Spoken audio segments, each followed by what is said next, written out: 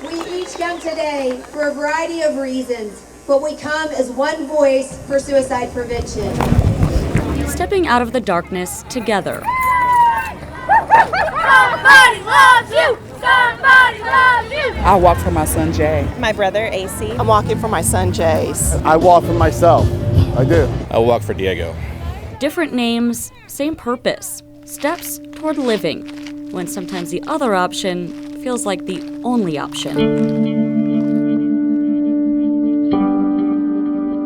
I've had those thoughts especially with PTSD and things like that. I've lost quite a few, one too many friends to suicide. And Aaron Cabrera served 10 years in the military, including 2 deployments to Iraq.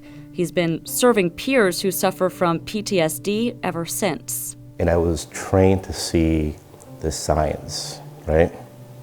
But I didn't see the signs in my own home, right? Signs leading up to the night before what would have been his son Diego's first day of high school. It feels like it was just yesterday, right? Like that call that I got, it could have been last night. The night 14-year-old Diego made a decision to choose the other option. He had a cell phone and he was researching depression, you know? And I never had a conversation with him about it. I told him I loved him and that tomorrow was a different day. Tomorrow's a new day, I said. I hugged him and I went home and I said to myself, I'm gonna go to his high school tomorrow morning and talk to the teacher, the school counselor, the resource officer, let him know what's going on so that everybody's on the same page. And just say, hey, listen, this is what's going on with my son, right? Maybe just pay attention a little more. And I didn't get a chance to do that because that night was when he did it.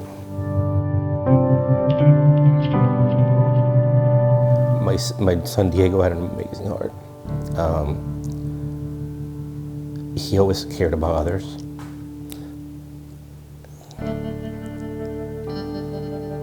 He was always thinking about other people. Yeah, he adored his little brother. And it goes to show you that even though you have the child has these strong connections to somebody else, they still might think that this is an option for them to do it. He knew he wasn't going to be around for Jack anymore, but there was still something there that said, I need to do this. Dig for questions that you have answers for. Just dig, because it's better to have an angry teenager than a dead teenager. Those questions will never find their answers. You go through every single conversation that you had with him, every single interaction, everybody that talked to him, the way you talked to him, what you said, what words, and you start doubting yourself. After it happened, Aaron started having the conversations it wasn't too late to have, like with his younger son, Jack, who was only 5 at the time. We didn't say how, we just said it was an accident, and in typical 5-year-old fashion, he thought an accident was a potty accident. Plus, he found himself suddenly slammed with decisions he never thought he'd have to make. It's almost like I didn't allow myself to grieve, and then it just hit me. Hard. Aaron isolated himself for the next 9 months. Most days, he couldn't get out of bed. I have a buddy of mine, he said from his bed to his shower is 13 steps. When he's dealing with that sort of thing, depression, it helps him count those steps because it doesn't seem like such a daunting task to get out of bed. Aaron says his friends are what helped him survive that first year. Finally, he was getting back on his feet, catching his breath. And then, you kind of start putting the pieces back together, trying to figure out what the new normal is, because it's just never going to be any different. When it got taken away from him all over again. Almost a year and a half later, my mother died by suicide. She had, threatened something on Facebook about it happening, and then a month later, it happened. Suicide runs in families, like eye color and hair color and temperament. Dr. Charles Nemiroff says between 35 and 40% of the risk to develop depression is genetic, and most people who commit suicide are battling some form of depression. Plus, he says, while it used to be that people 65 and older were most at risk, today the suicide rate among young people is going up faster than it is for any other group. Adolescence is a very intense emotional time. As older adults, we tend to forget, what it was like to be 14.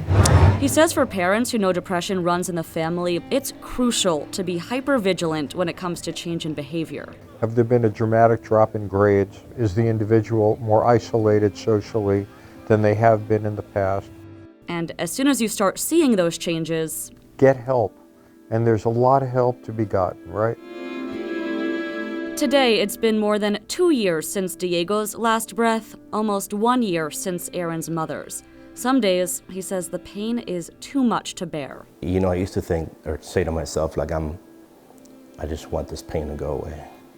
Then you start feeling guilty about saying that, like, why would I want this pain to go away? Like, I want to feel it. That's my little boy. Other days, he finds reason to keep going. My son, my 7-year-old, that's my anchor. And the people that I want to reach, I can't do that if I'm not around. Aaron's starting a nonprofit in his son's memory called Diego's Wish. The main goal is to reduce suicide numbers by letting anyone who's battling their own mind know tomorrow's a new day. But also, he wants to support families that will one day go through what he did, connecting them with someone to guide them through the steps. Just be there. Not be there to fix anything, because there's nothing to fix, but just be there to listen and to say, listen, I got this. Go in your closet like you want to and cry your eyes out. Aaron still has those days himself and knows he always will, but My purpose has changed in life, right? that purpose? To live out Diego's wish. I think it would just be to grow up. Be there for them and to make a difference. And help others realize it won't always be this way. So I've been doing everything that I can to come back to a place where I can do that for others. Because I wasn't able to help my son, so. Steph Manacero, Spectrum News.